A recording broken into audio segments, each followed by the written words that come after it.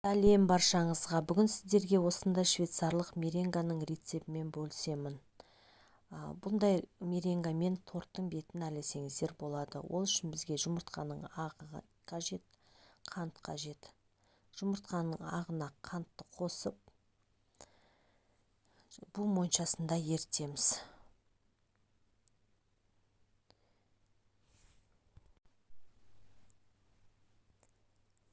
Венчиктің көмегімен араластырып аламыз бірінші. Кейін осында қайнап тұрған кастрюльдің бетіне бұл моншасында ертесіздер. Қантымызды еріп, жаңағы жұмыртқаның ағы кішкене көпіршіктер пайда бола бастайды. Термометрдің көмегімен де білсеңіздер болады. Термометрдің көмегімен көргенде 56 градус болады. Сол кезде қантымыз еріп шығады. Немесе қолыңызға алып қантты ерген-ермеген көруге болады. Содан кейін миксерге әкеп құйып, миксердің көмегімен жұмыртқаның ағын миксерлейміз.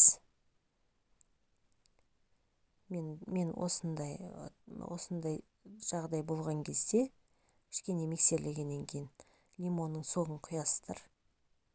Бәрін астына жазып қойдым, қанша кететінін, лимон согын, жұмыртқаның ағын, жаңағы қант қанша кететінін, осы үш заттан шығады бұл. Ары қарай миксерлейміз. Жұмыртқаның ағы міне осындай жағдайға жеткенше венчиктан түспеу керек. Содан кейін үш түске боялды. Менікі ақ, ашық қызыл және ашық көк түске боядым. Сіздер де осылай боясаңыздар болады. Гелевый красительмен де, құрғақ красительмен де, қайсымен де бола береді.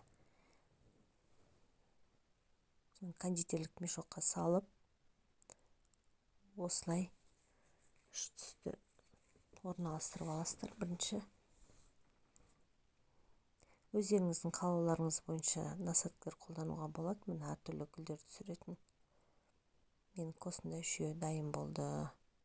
Енді бұларды пергамент қағазының үстіне түсіріп, духовкада пісірем. Пісіргенде бұларды жаңағы құрғатасыздар ғой. Бұл піспейді, құрғақтанады. Бұл 90 градуста құрғақ болады және 3 сағат тұрады духовкада.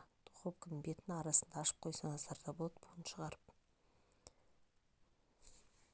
Міне осылай барлығын орналастырып шығасыздар.